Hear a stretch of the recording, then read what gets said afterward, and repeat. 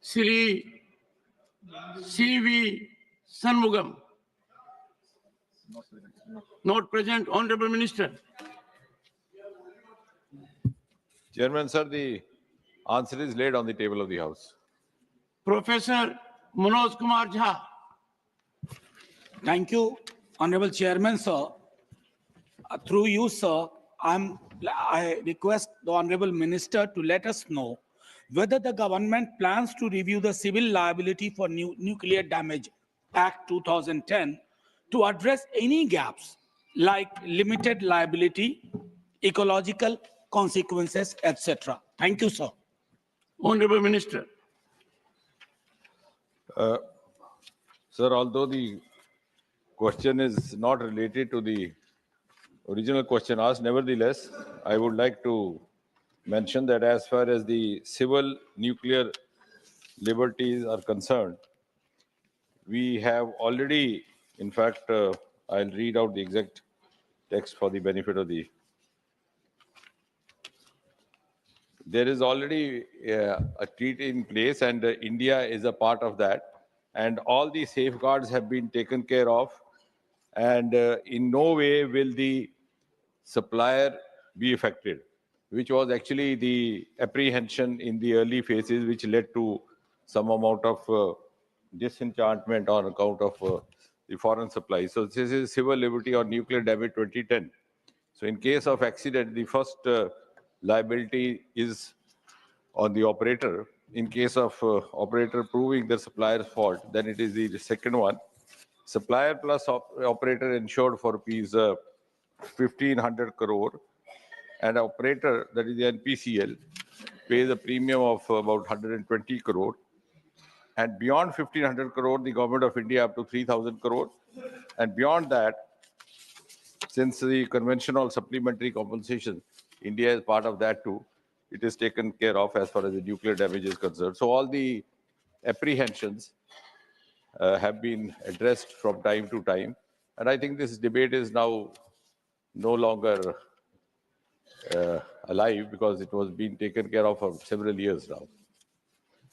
But at the same time, I'm sure the member would be glad to know that in the recent few years, the Atomic Energy Department, like the Space Department, has acquired an extreme degree of esteem in the world platform. Just as in the case of the space sector, in the last 3 years after it was open to the private sector, it has made a quantum leap from just one-digit startup, now we are 300. In the space sector also, because the question pertains to the atomic energy, I would rather stick to that. Here also, we have a certain world records achieved in the last few years. In the last 10 years, ever since Prime Minister Modi took over, the KGS-1 in Karnataka, the Kaiga generating station, has completed a record number of 962 days of continuous operation. So India, which was considered to be having a very dismal capacity as far as nuclear energy is concerned, is now setting also role parameters for the other countries.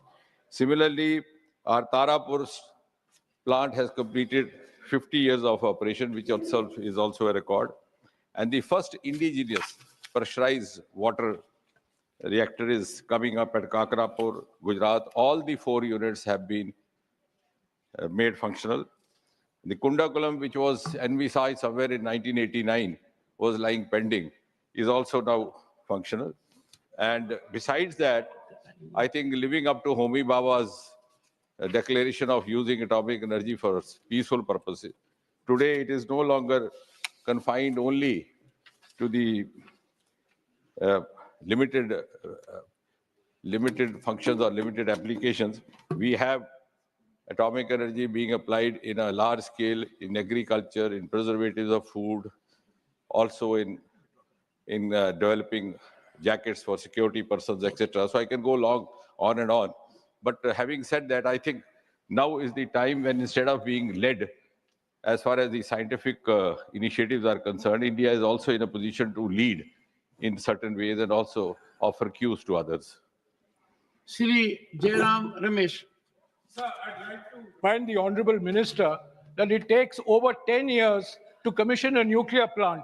So if nuclear plants are being commissioned now, they had been set up over 10 years ago. So let's not get into that subject. My question to the Honorable Minister is very simple. Over 40 years ago, the Atomic Energy Regulatory Board was established to enforce safety standards in the functioning of nuclear plants. Now, the Honorable External Affairs Minister is here.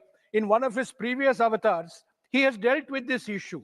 My question to the Honorable Minister, is the government thinking of creating an independent statutory atomic energy regulator, or will you allow the regulator to be part of the nuclear establishment itself, which is somewhat unique to India?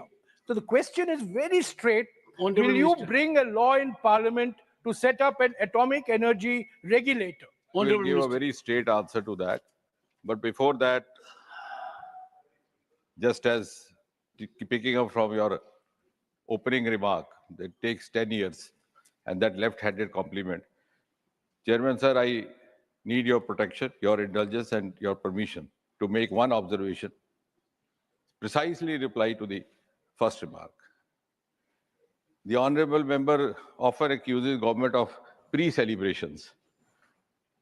But sometimes it appears in his haste to corner the government, he tends to get the facts wrong. And I am carrying with me, because I knew he would ask. 1 second. Somewhere. I greatly appreciate Only the yesterday- reputation, two of you. Only yesterday, He Chairman, asked, sir. 1 second, he asked a supplementary and you have a written note. No, sir. I appreciate Yes, sir. Yes, sir. this Only synergy between. yesterday, he went to the media to say that the minister gives contradictory figures in his replies. I'm glad that he has given me occasion to talk. But in his haste to corner the minister of the Modi government, what he mistook, in spite of all his intellectual pretensions, was that in one of my questions, the amount mentioned related to the construction cost of the plant, nuclear plant. And the other question, it related to the cost for power generation. He had mixed up the two and tried to find fault. So I don't know whether the honorable member has done a very honorable job doing so.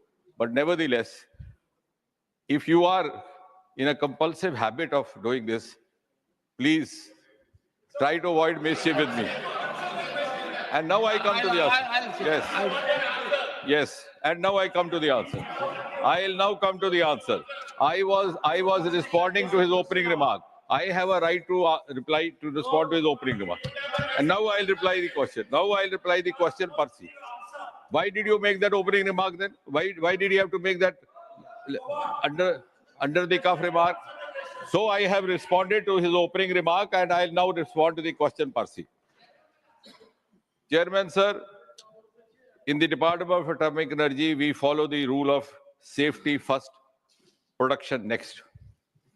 The honorable member himself says it takes 10 years to set up a plant. This government has been in place for nearly 11 years. We have not only set up new plants, we have also made those plants functional which were left unfinished by them, which includes the Kundakalam plant, which belongs to the district where the honorable member who is not here has put the question. It did not become functional. No, it did not become functional. You can ask anybody in Tamil Nadu. It was lying. It was not made functional. Secondly, now as far as the safety, it was not made functional. It's only now. Now, please get your facts right. You may indulge in this mischief with others, but please spare me because I am equally good at doing so. We belong to the same school of learning. Now, coming back, sir, as far as the safety is concerned, for the benefit of the rest of the house, because that's an important question as far as the safety is for the benefit of all. I hope there are not many people from the same school in the house. We can support two of you. Thank you, sir. No, but this is an important as far as the safety is concerned, because I'm sure the entire house would be eager to learn about this. At the time of the selection of site itself, of course, I'll come to that, whether the Atomic Energy Regulatory Board guidelines are followed. Then every 3 months during the construction, there is an inspection. After the plant becomes functional, then every 6 months.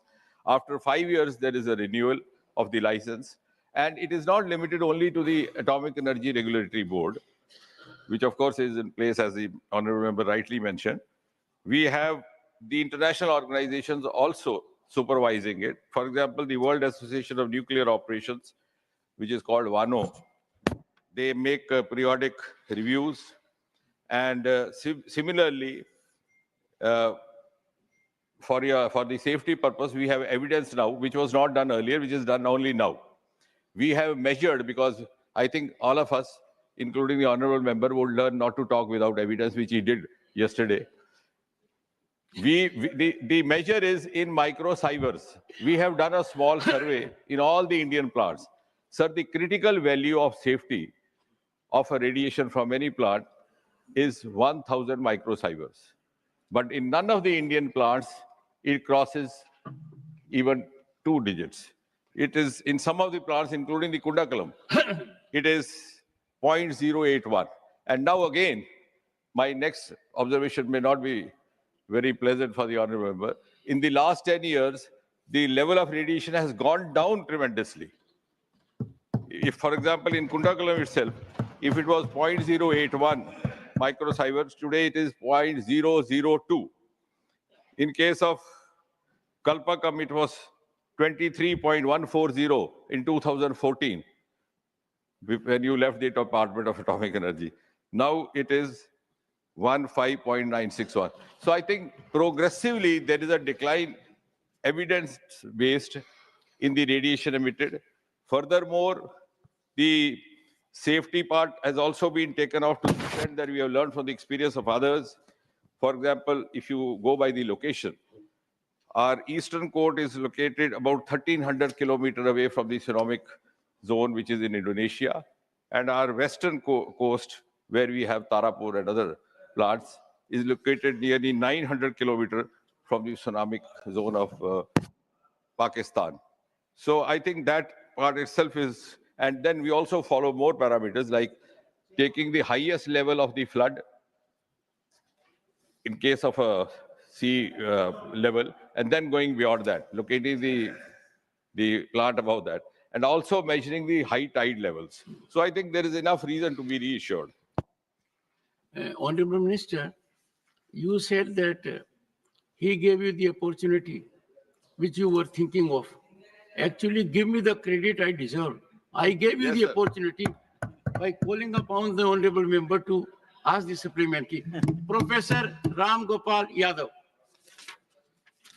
Sir, ये सही है जो माननीय मंत्री जी ने अपने written उत्तर में दिया है कि बहुत सुरक्षा का बहुत ख्याल रखा जाता है जब इसको बनाया जाता है। मेरा सवाल जो है सुरक्षा से ही संबंधित, लेकिन दूसरी तरह का है। कलपक्कम जो आपका न्यूक्लियर रिएक्टर है, fast breeder reactor, the only fast breeder reactor in India, वो बिल्कुल बंगाल की खाड़ी के किनारे ही है। सामने हिंद महासागर है और एक तरफ लाल सागर है। प्रश्न ये है कि बहुत बड़े पैमाने पर कहीं से भी अगर दुश्मन की पनडुब्बी आके कहीं इसको डैमेज करे तो उसको रोकने के लिए आपने क्या व्यवस्था की? हम लोग वहां कमेटी गई थी, तब भी देखा था कि उसकी सीमाएं असुरक्षित हैं। दूसरी तरफ आपने पेड़ पौधे लगा दिए, उसमें कुछ सिपाही खड़े रहते हैं, they can not protect it. और अगर और ये हो सकता है, चारों तरफ अब आपके आसपास सब जयशंकर जी बैठे हुए हैं, मित्र देश नहीं है। क्या, मेरा सवाल ये है कि क्या कलपक्कम जैसे important fast breeder nuclear reactor को सुरक्षित रखने के लिए कोई नेवल वारशिप या अपनी पनडुब्बी उसकी सुरक्षा के लिए लगाएंगे ताकि निगरानी करती रहे? Honorable Minister. सभापति जी, राम गोपाल यादव जी बड़े हमारे सीनियर और वरिष्ठ सदस्य हैं और उन्होंने बड़ी संवेदनशील विषय उठाया है।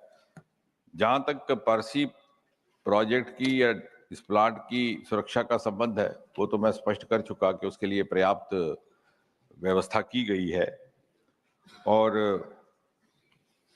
लेकिन जहां तक ये विषय है, हालांकि ये मूलतः इस विभाग से संबंधित नहीं है, थोड़ा बहुत विदेश मंत्रालय से है, थोड़ा बहुत रक्षा मंत्रालय से, लेकिन ये सत्य है कि नेवल गार्ड्स और अन्य सुरक्षा संस्थाओं का भी सहयोग लिया जाता है इसकी सुरक्षा व्यवस्था में, और रडार इत्यादि के माध्यम से भी इसके ऊपर विजिल रहता है। जितना संभव हो सके उतना किया गया है, परंतु आपका कहना भी ठीक है कि जिस प्रकार टेक्नोलॉजी दिन प्रतिदिन बढ़ती जा रही है, उसी प्रकार हमें भी उसमें नए प्रावधान और नई व्यवस्थाओं की योजना भी बनानी पड़ती है और उसके लिए सोचना भी पड़ता है। और अभी तक इस प्रकार की कोई घटना हुई नहीं है, लेकिन CISF भी वहां पर है और एक्सटर्नल थ्रेट्स के लिए मिसाइल और एरो क्रैश के लिए भी व्यवस्थाएं रखी गई हैं, how to counter that possibility.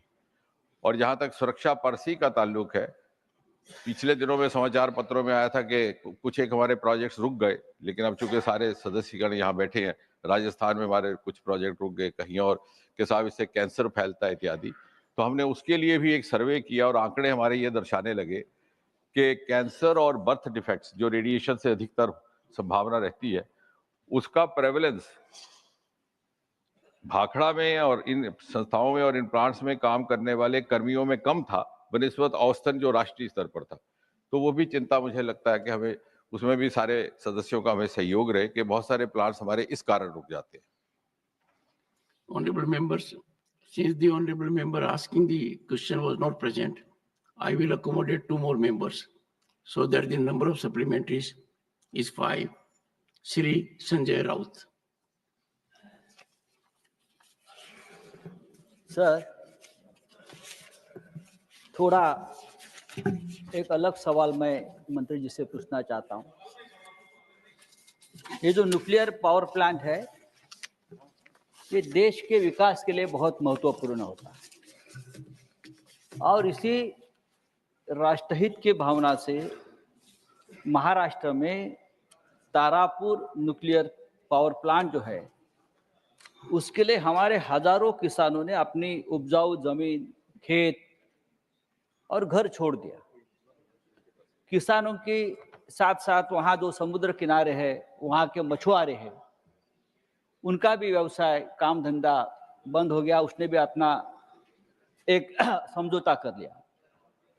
लेकिन आज भी उस एरिया के न्यूक्लियर प्लांट से प्रभावित 2000 जो परिवार है, उनका पुनर्वास नहीं हो सका है। 2000 से भी ज्यादा परिवार है और जो वादे किए थे उनके बारे में, तो उनको नौकरी मिलेगी, परिवार को उनको घर मिलेंगे, पक्के मकान मिलेंगे, ऐसा एक भी वादा 2000 परिवार के बारे में पूरे नहीं हुआ। प्रधानमंत्री तक शिकायत दी है, डेलीगेशन प्रधानमंत्री जी आपको भी मिला है। मेरा मंत्री जी से सवाल है, क्या ये जो लोग हैं जो अभी भी ठोकरे खा रहे हैं पुनर्वास के लिए, उनकी समस्या के बारे में आप गंभीरता से विचार करेंगे? Honorable Minister. सभापति महोदय, ये प्रश्न बड़ा मानव संवेदनशीलता से जुड़ा हुआ है और ये सच है कि सरकार भी इस विषय पर प्लांट स्थापित करने के समय से ही विचार करना प्रारंभ कर दी थी और अब तो हमने इसमें कुछ एक नियमावली भी स्थापित कर दी है। उसमें कुछ RNR प्रोविजंस हैं कि अगर उनको वहाँ से अपनी ज़मीन खड़ी छोड़नी पड़ेगी या जगह छोड़नी पड़ेगी, लैंड वेकेट करना पड़ेगा, तो उन्हें पुनः कहाँ पर सेटल किया जाए। एक वो, उसके अतिरिक्त CSR जो हमारा रहता है, उसमें से भी इनके लिए व्यवस्थाएं भी की जाती हैं, स्कूल इत्यादि भी खोले जाते हैं। और तीसरा ये कि नौकरियों का जहाँ तक संबंध है, उसमें रियायत भी दी जाती है। उदाहरण के तौर पर यदि किसी पद के लिए 12वीं कक्षा मिनिमम क्वालिफिकेशन है, तो इन परिवारों के सदस्यों के लिए 10वीं कक्षा कर दी गई, कहीं एज रिलैक्सेशन कर दी गई। लेकिन होता ये है कि साल गुजरने के साथ साथ परिवार बढ़ते जाते हैं और वो क्लेमेंट्स भी बढ़ते जाते हैं, तो उसमें थोड़ा सा निर्धारित करने में प्रशासन को समय लगता है, लेकिन ये क्रम निरंतर जारी है। Dr. NVN, Kanimoji, fifth supplementary. Chairman, sir. Sir, through you, I would like to ask the Minister, how does the proposed away from reactor facility at Kudamkalam nuclear power plant aim to manage spent nuclear fuel, and what are the safety assurances towards it? Thank you, sir. Honorable Minister. Actually, this question arose earlier also in the context of Kalapakam, and the honorable member has also, I think, earlier also expressed her concern, because there was this dumping of this used fuel happening, and some apprehension arose that this might create some problems. But it is not so. Actually, this is a known practice, and it's not even the waste as such. It's again used. So away from reactor means that for a certain period of time, you store it at the same location. Then away from reactor means a few meters away. It's kept there for a few months. Then it is taken away. So this is a normal practice, and the containers are such that there is no room for the radiation to escape out and cause any damage to the surroundings. So I think, and this is an inbuilt mechanism in every plant. Somehow this apprehension arose from Kalpakam a couple of years ago, but it is actually being done. And then through the honorable member, because she also hails from that area, I would also like you to convey to others that at one point in time, there was some news report somewhere in the media last year that this reused fuel from the other plants would also be dumped into Kalpakam, which is actually unfounded. Each of the plant has its own such mechanism. Question number 107, Sri Narhari Amin. माननीय अध्यक्ष महोदय जी, question number 107. Supplementary number 1, Sri Narhari Amin. माननीय अध्यक्ष महोदय जी, 1,64,000 post office के जरिए माननीय प्रधानमंत्री श्री नरेंद्र मोदी जी की सरकार हर गांव, हर घर, हर व्यक्ति तक सिटीजन सेंट्रिक सेवाओं दे रही है.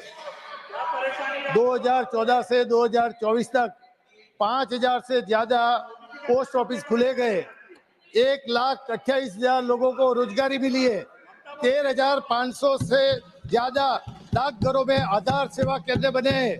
3 करोड़ से ज्यादा सुकन्या समृद्धि खाते खोले गए. उसमें 1,41,000 करोड़ रुपया डिपॉजिट हुई है.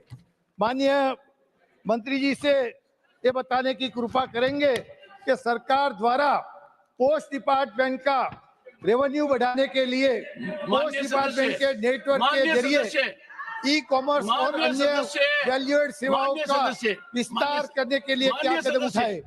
माननीय सदस्य, ये मेरा क्वेश्चन है सर. सुनिए, आप मंत्री जी से क्या पूछना चाहते हैं, मैंने पूछ लिया मंत्री जी सर. को बताने दीजिए. माननीय मंत्री जी, माननीय मंत्री जी.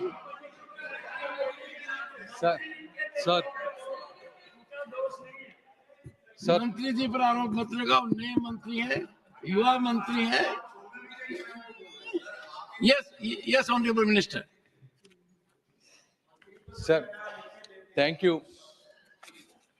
Sir, from stamps to savings, postcard to payment banks, letter to livelihoods, post offices have been transformed under the visionary leadership of Sri Narendra Modi ji to be a backbone of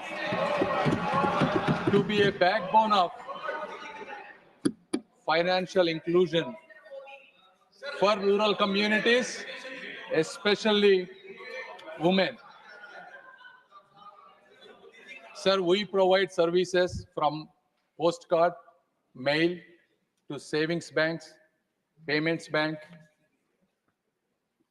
and everything that you can imagine in a rural community.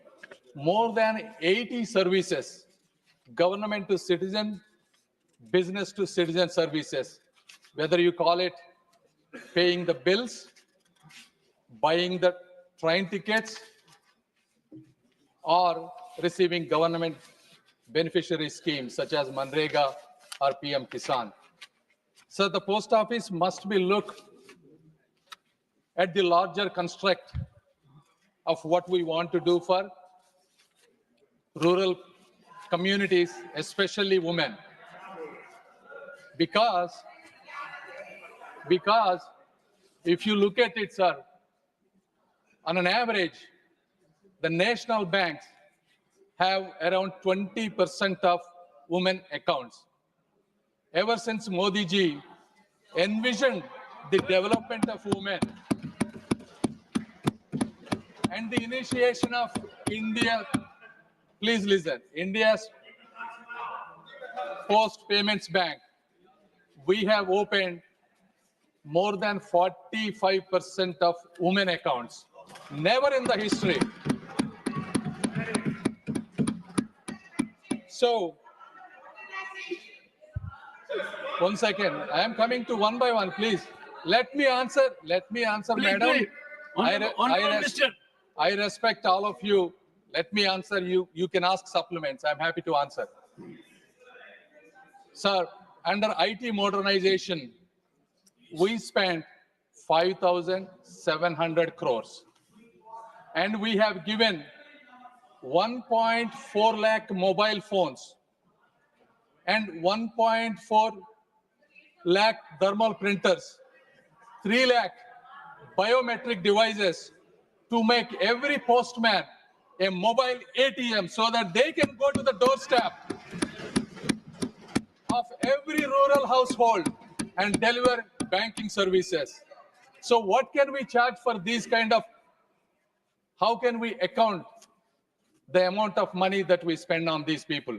So not everything that the government provides should be considered as part of a business. There is a moral, social responsibility that we make our services not only achievable, but affordable for everybody. Thank you. Second supplementary, Sri Narhari Amin. माननीय अध्यक्ष महोदय जी, सरकार द्वारा देश भर में कितने post export केंद्र को स्थापित किया गया और इन केंद्रों से किन किन वस्तुओं का एक्सपोर्ट किया जा रहा है? Honorable Minister. One second. Sir, Honorable Minister is a young minister and I can also he's doing answer a without good looking job. at you. Kindly Let me- lend your ears to him. So, Let sir, us have some positive approach. And if he reflects to his leader, well, everyone does. It's a matter of pride for him also, for all of us also. Come on, go ahead. sir, again, the post offices have been there since 1800s. 18, yes. Correct. No one ever imagined that there should be an export center other than Modi ji. Yes. And, This is absolutely. and we have envisioned how to help our rural women, especially self-help group people. And we designed one product for one district. So in that context, how to export these and exceptionally well done, innovative rural products to across the world. We designed one DNK for each district. Sir, there are close to 790 districts. However, the program was so successful, we expanded to more than 1,000 DNKs. With that process, we spent so much money, and it is kind of a continuous hand-holding for these rural women so that their lives can be better. And in that process, DNKs, what they have achieved is 2.2 lakh shipments and 54 crores as of today. And the beauty of this, sir, all they need is one-time registration, and it is integrated with the customs of all the countries, and it is API integrated, and it can be done at the local post offices, So this process, because when you look at the rural women, they cannot go to the customs and all those places, and it would be difficult. So that is the beauty of these DNK, sir. Thank you. Third supplementary, Dr. V. Sivaдаsan. Sir, the people of the country expecting very good service, effective service from the postal department. But sad to say, the lack of the employees and the post officers, the service is very pathetic in our nation. Sir, my question, in my district, in Kannur, I have participated in struggle of postal employees. They raised a slogan against the shutdown of the post officers. So my question is, sir, how many post officers have been shut down by this government since 2019? And how many employees, the number of employees has been reduced by this government since 2019? This is my question. I am expecting a very clear answer from our young minister.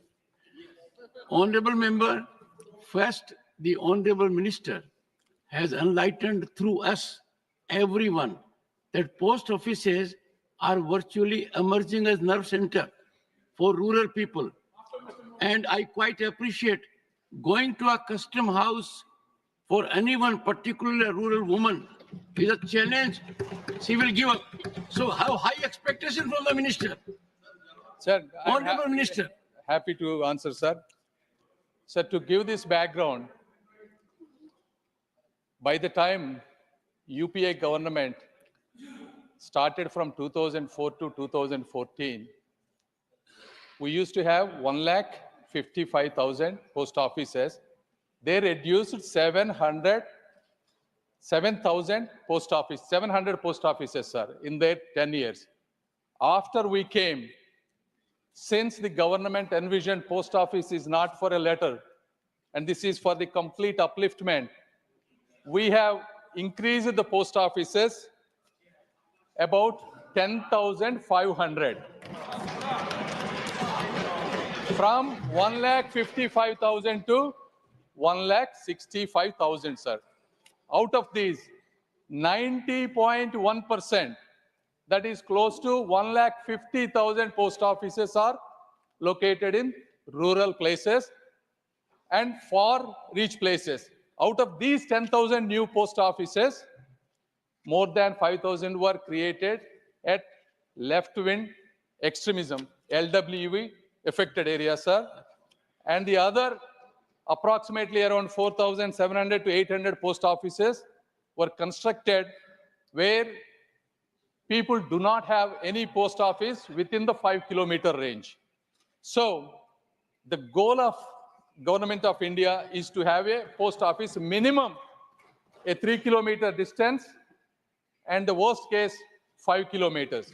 So with all these 1,65,000 post offices, we connected every village, sir, and there are no post offices that were closed as far as I know. Thank you. Susri Dola Sen, for supplementary. Thank you, Chairman, sir. Through you, I want to know from the Honorable Minister that at the time of modernization of Biksit Bharat, modernization process of Biksit Bharat of the post offices, whether the law of the land, the labor law as per constitution is being maintained by the ministry or the department.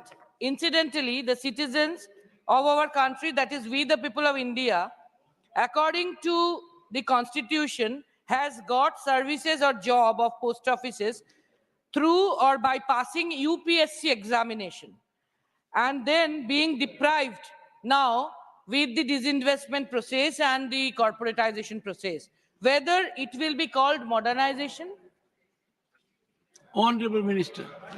Thank you, sir. Dola Senji is a very experienced member of this House. Thank you.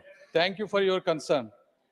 In 2013 and 14, sir, the total employees we have is around, sir, I use the round number so that it's easy for everybody to understand, 4,50,000, out of which departmental employees were 2 lakhs and GDS were 2,50,000.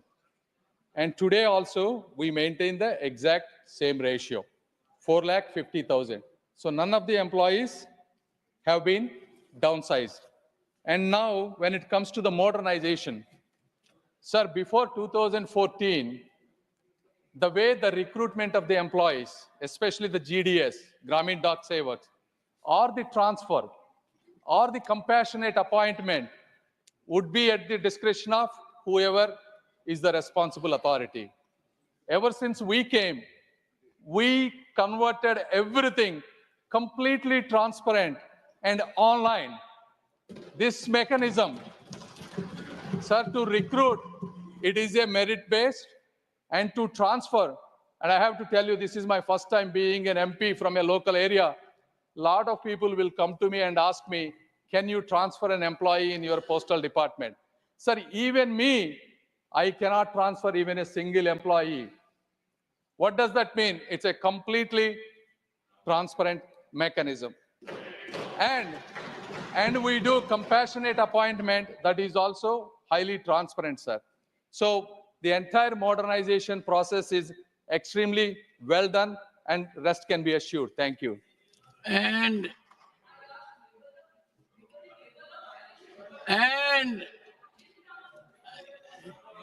See, no, Honorable Minister, you can respond only when the member rises and asks some question.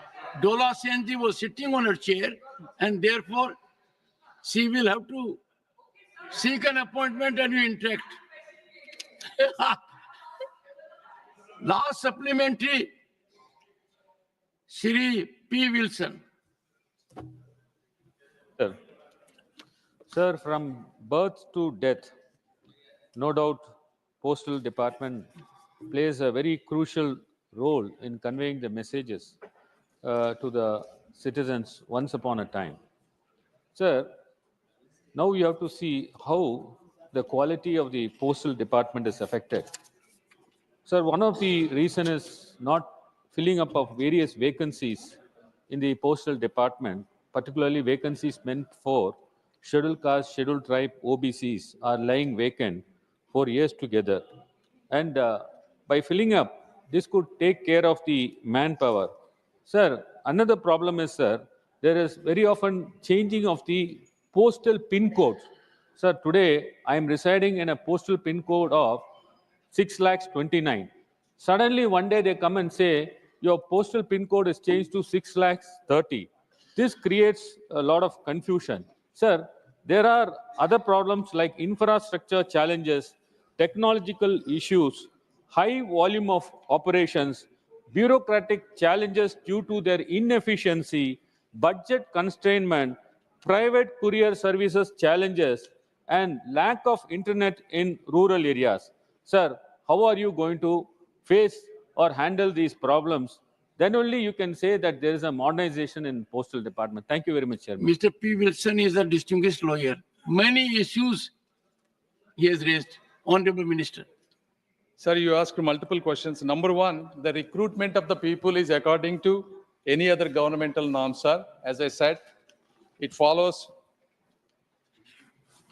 regular routine employment process, sir. So I cannot comment on that. Number two, what you said is online payment. The online payment, the online services, internet, definitely there is a, sir, it used to be no internet before 2014. Then with IT modernization, we created not one, minimum 2 internet connections to every postal office. And number 3, so that there will be some redundancy. As I said earlier, we bought 1.4 lakh mobile phones because more than 95% of all rural areas are 4G connected, sir. All these new phones are compatible with 4G and 5G, and most of these postal services are being implemented at the doorstep through the mobile phones. In addition, we upgraded 22,000 computers and all the hardware. And we are, sir, technology upgradement is a continuous process. As you know, the desktops gets outdated, the infrastructure gets updated, cloud services will be coming. So this will be a continuous process, sir. If there are any specific one or two areas we are happy to address, please come to our office and tell us, and we have a mechanism to address them, sir. Thank you. For that, you have to invite. Of course, sir. Thank you. Well, I think the sense of the House should be that the Honorable Young Minister faced bouncers rather well and then has performed well, I'm sure. We must appreciate his level of preparation. Question number 108, Sri P.P. Sunil. Honorable Minister. Laid on the table of the House. Supplementary number 1, Sri P.P. Sunil. Sir, the amount of exports to Israel since the beginning of the conflict, including equipments that aid in manufacturing weapons. Honorable Minister. Sir, the supplementary asked is not directly related to the question because the question focuses on our position on Palestine, our voting in the UN, the aid sent to Palestine, which I will be very happy to share with the House, sir. With regard to our exports to Israel, in particular, any export which is related directly or indirectly to munitions or military sense, that is not an information that is in the public domain. Supplementary number 2, Sri P.P. Sunil. The position of the government of India on the International Court of Justice warrant against Israel Prime Minister Benjamin Netanyahu and former Israel Defense Minister Yoav Gallant and a Hamas leader for war crimes in accordance with international law and rule-based global order. Honorable Minister. Sir, the honorable member would be aware that India is not a member of the International Criminal Court. When the International Criminal Court was constituted, the question of our membership was considered. For very good reasons, after a great deal of deliberation, India decided not to become a member. So with regard to any decision passed by the ICC, it is not binding on us. So it is not a matter on which we have taken a formal position. Third supplementary, Sri Tiruchi Siva. Thank you, Chairman, sir. Sir, it's very hard content to know from the Minister that India extends humanitarian assistance to the people of Palestine, both bilaterally and through United Nations Relief and Work Agency. But a resolution has come upon 27th of October 2023 in the UN. That is protection of civilians and upholding legal and humanitarian obligations. Which resolution India has abstained, sir? Sir, both are contradictory. Why India should abstain such a genuine resolution? Honorable Minister. Sir, India has given assistance to the people of Palestine at this particular time. I would like, sir, through you to bring to the notice of the House that we make an annual contribution of $5 million to the UNRWA, which is the main assistance providing agency. This amount traditionally used to be $1 million. So during the time of under the decision taken by this government, it was raised from $1 million to $5 million. In recent times, in terms of the conflict, sir, we have provided 70 metric tons of aid, of which 16.5 was of medicines in 2023. We have given 65 metric tons of medicines to Palestinian Authority and to UNRWA in 2024. We have provided 33 metric tons of medicines to Lebanon. Now, with regard to the particular resolution, sir, which the honorable member referred to, we abstain. In fact, During this period, sir, there have been in the General Assembly a number of resolutions. We have voted in favor of many. We have abstained on some. Generally, when we abstain, the reasons are the resolution is not balanced. The resolution is more divisive. The resolution can set a precedent which has consequences for us. The resolution has larger implications. In this particular case, sir, we felt that the resolution was not well drafted. It was not well considered. We had reservations on the language. Our concerns were not accommodated, and that is why we abstained. And as a matter of fact, I think the entire House knows, India has been virtually first responder when there are issues of earthquake, requirement of medicines, even during COVID. And that soothing input I get from foreign dignitaries calling on me, or I calling on them. So that, I think, goes to the credit of this House and the government. See, because we have been, as a matter of fact, when it comes to when it comes to evacuation, when it comes to security on high seas, when it comes to supplying medicine during COVID, now these are the inputs. I'm not saying. The people have expressed their gratitude to me, and therefore I am sharing with the House. Shri Saket Gokhale, supplementary number 4. Thank you so much, sir. Tiruchiji, the Honorable Minister has given, I'm sure you'll appreciate with your experience, very exhaustive answer that being abstention on a resolution is driven by several circumstances. The script of the resolution, the consequence of the resolution, its long-term impact. It is not simpliciter that it expresses what you indicated. That, as a matter of fact, is driven by our civilization. Wherever there is need for humanity, we have been supplying, and sometimes in toughest of situations, diplomatic also. Saket Gokhale. Sir, thank you very much. Let me express gratitude to the Honorable Minister for the fact that India's always, and previous governments, that India has always been a supporter of a two-state solution in Israel and Palestine, and for the aid that is being sent by the Indian government. Sir, because the question pertains to India's position on Palestine, I have two very specific questions on which I would like to know the government of India's position. Number one, the Honorable Minister just said that we've been providing $5 million of aid to the UNRWA.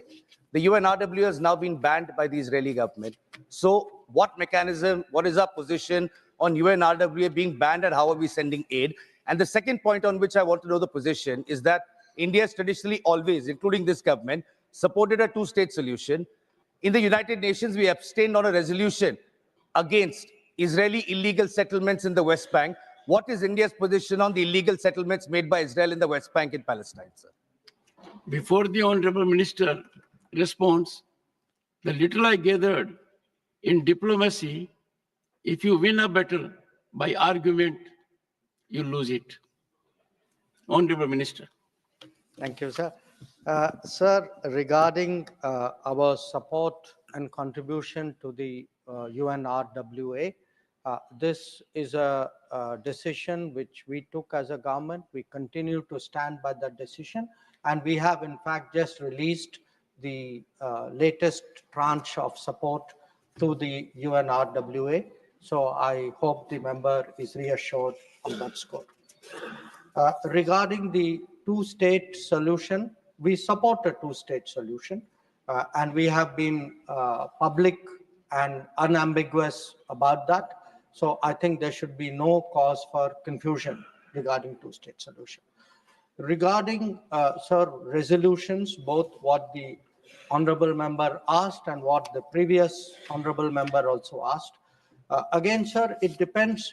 Resolutions have implications, as you noted. Their wording is important. For example, in the question, the resolution which the previous member had referred to, sir, there was no reference to terrorism. There was no reference to hostage taking. So in our mind, a resolution which does not reflect the entirety of the situation is not a balanced resolution. And a country like India, which is itself a victim of terrorism, if we countenance the fact that terrorism is underplayed and ignored, it is not in our interest that we do so. So when we look at any resolution, we look at the wording, we take a very, very mature view about it. And I want to say, as a matter of principle, we, sir, condemn terrorism, we condemn hostage taking. We do believe countries have a right to respond to these situations, but countries should be mindful of civilian casualties. They must observe humanitarian law, and we would like a ceasefire and an early end to violence. Our position has been very, very clear, but we would like this duly reflected in well-worded resolutions which are balanced. Question, last supplementary, Dr. John Britas. Dr. John Britas. Thank you very much, sir. Sir, the Honorable Minister has got extensive experience and expertise. He's hands-on all these issues. I think no one disputes that. No one disputes. Okay, go ahead. So I would refer to the diplomatic facet of an issue, which I hope that Minister would sincerely respond to. Is it a fact that Palestine Authority's Minister of State on Foreign Affairs met our ambassador, Ms. Renu Yadav, requesting to reconsider arms sales to Israel due to their usage against Palestinian civilians, and also the need for international pressure on Israel to stop their violence on Gaza? If so, what has been the response of the ministry? Thank you, sir. Honorable Minister, and the Honorable Member seeks sincere response. Sir, so the issue of India's exports, including India's exports of anything which directly or indirectly has any military implications, is guided by our national interest and by our commitments to various regimes. So we are very responsible members of various international regimes, including the Wassenaar Arrangement. We have an export control and licensing process, and we take decisions regarding any exports which is based on what we consider to be our national interest. Where Israel is concerned, it is a country with which we have a strong record of cooperation in national security. It is also a country that has stood by us at different moments when our national security was under threat. So when we take any decision, we will bear in mind, obviously, the larger circumstances, but we will definitely be driven by our national interest in this matter. Question number 109, Sri Raghav Chadda. Sir, question number 109. Honorable Minister. उत्तर सभा पटल पे रखा गया. Supplementary number 1, Sri Raghav Chadda. Sir, इस सदन के नेता रहे स्वर्गीय अरुण जेटली जी, जिनके साथ मेरा व्यक्तिगत रिश्ता कुछ खट्टा मीठा रहा, वो कहा करते थे कि pre retirement judgments get influenced by post retirement jobs. मुझे लगता है इस सदन में बैठे कई सारे साथी इस कथन से सहमति अपनी दर्ज करेंगे.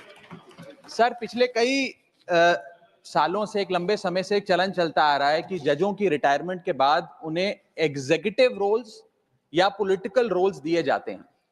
कुछ लोग हमारे सदन में गवर्नर, राज्यसभा सदस्य बनकर आ जाते हैं, कुछ लोग रिटायरमेंट के बाद कई सूबों के गवर्नर लग जाते हैं.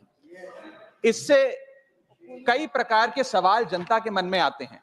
कॉन्फ्लिक्ट ऑफ इंटरेस्ट का सवाल आता है, एग्जीक्यूटिव इंटरफेरेंस इन जुडिशियल प्रोसेस का सवाल आता है, इंडिपेंडेंस ऑफ जुडिशरी का सवाल आता है.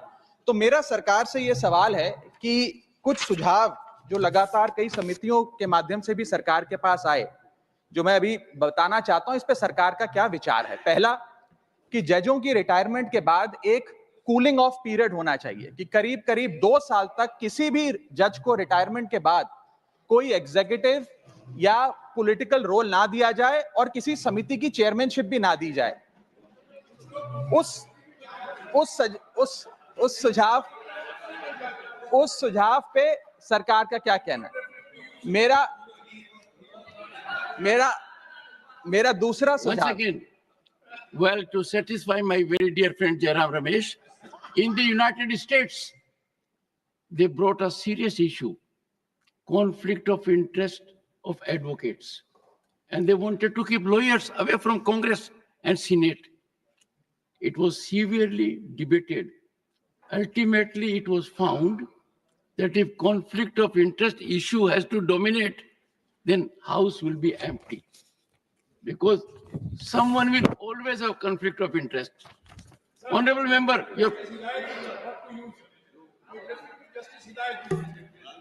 Justice Hidayatullah, honorable members, for your benefit, happens to be the only one in the country who was Chief Justice of India, Vice President of India, and also discharged the functions of President of India without being Vice President or elected President. Something very rare.